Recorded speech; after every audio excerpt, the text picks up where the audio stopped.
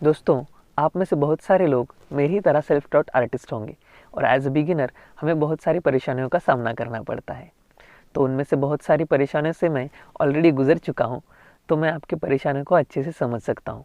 As a beginner हमारी जो सबसे कॉमन परेशानी होती है वो ये होती है कि हम अच्छे टूल्स को अफोर्ड नहीं कर पाते, और उन्हें अफोर्ड न कर पाने से हम ये सोचते हैं कि हम अच्छे आर्टवर्क्स नहीं बना पाएंगे। शुरुआत में मैं भी यही सोचता था और बहुत सारे आर्टिस्ट से बात करता था। उनमें से कुछ आर्टिस्ट ने मुझे सजेस्ट किया कि आप बॉल पेन्स का इस्तेमाल कीजिए। जैसे कि आप जानते हैं, बॉल पेन्स काफ़ी सस्ते होते हैं, लेकिन क्या उससे इतने अच्छे रिजल्ट्स पा सकते हैं जैसे कि हम ग्रेफाइट पेंसिल से और चारकोल पेंसिल से पा सकते हैं? और ये बॉल पेन्स इस्तेमाल करते हुए हमें कौन कौन सी लिमिटेशंस होती हैं और हमें कौन कौन सी चीज़ों का ख्याल रखना पड़ता है? तो इन सारी चीज़ों के बारे में बात करते हैं इस वीडियो में। Welcome to the god gifted art. मैं हूं सरफराज एंड लेट्स स्टार्ट।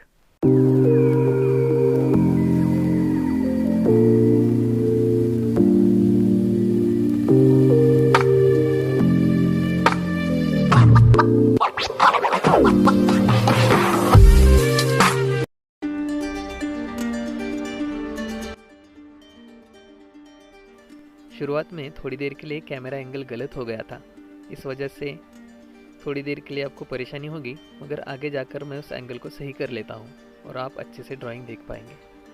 तो बात करते हैं बॉल पेन से स्केच करने के बारे में।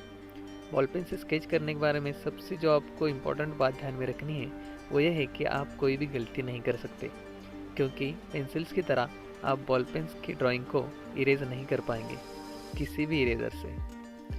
तो आपको इसके लिए बहुत ही केयरफुल रहना पड़ेगा। दूसरी बात यह है कि आपको बॉल पेन से ड्रॉ करते हुए अपने पास एक टिश्यू पेपर या तो फिर एक कोई भी कपड़ा पास रखना ज़रूरी है, क्योंकि थोड़ी देर के बाद जब हम ड्रॉ कर लेते हैं तो बॉल पेन्स के टिप के पास बहुत सारी इंक जमा हो जाती है, और अगर हम कंटिन्यू करें तो इंक कहीं पे भी स्प्रेड हो सकती है, और एक बार अगर कहीं पे दाग गिर गया तो उससे मिटाना बहुत मुश्किल हो जाता है। आपको थोड़ी देर के बाद में समझ में आएगा कि एक जगह पे मुझसे भी वही गलती हो गई थी। तो आपको एज अ बिगिनर बहुत ध्यान रखकर बॉल पेन से स्केच करना पड़ेगा।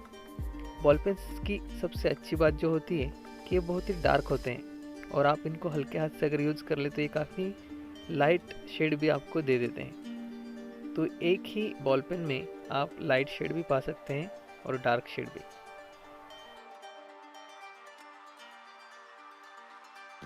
जैसा कि मैंने आपको बताया, आप यहाँ पे इरेजर्स का इस्तेमाल नहीं कर सकते, तो हाईलाइट दिखाने के लिए आपको वाइट जो स्पेस रहते हैं वहाँ पे वो वाइट स्पेस वैसे ही छोड़ देने पड़ते हैं, या तो जब आप शेड कर रहे हो तो लाइट शेडिंग करके उन स्पेसेस को आपको वैसे ही छोड़ देना पड़ता है। और डार्क शेड्स करने के लिए आपको पेन प्रेस करके उसे डार्क बनाने की ज़रूरत नहीं है। अगर आप वैसी कोशिश करेंगे तो बहुत ही अनइवन और भद्दा सा लगेगा। डार्क टोन्स पाने के लिए आपको लेयर बाय लेयर उसे डार्क बनाना पड़ेगा। तो इन टिप्स को अगर आप फॉलो करेंगे तो काफ़ी अच्छी शेड्स आपको बॉल पेन से मिल सकती हैं। शेड्स करते वक्त आपको जो पेन के स्ट्रोक्स हैं वो एक ही डायरेक्शन में रखने हैं, मतलब जैसे हम स्क्रिबल करते हैं वैसे हमें स्ट्रोक्स नहीं लगाने। अगर आप ऊपर से नीचे स्ट्रोक लगा रहे हैं तो आपको ऊपर से नीचे पेन लेकर आना पड़ेगा, वो भी बहुत हल्के हाथों से, और फिर से नीचे से आपको पेन उठाकर फिर से ऊपर जाना पड़ेगा। इस हिसाब से अगर आप स्ट्रोक लगाते हो तो आप काफ़ी इवन टोन्स और इवन स्ट्रोक्स पा सकते हो। मुझे आप इंस्टाग्राम पर भी फॉलो कर सकते हो, यही मेरी आईडी है।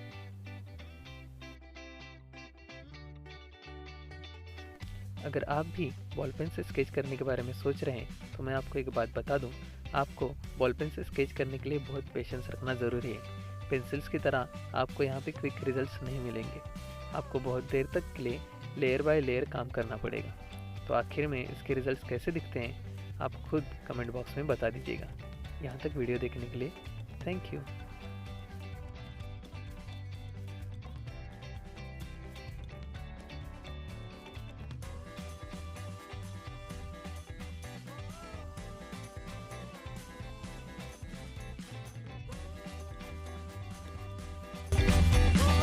दोस्तों, वीडियो पसंद आई हो तो प्लीज़ लाइक कर दीजिए।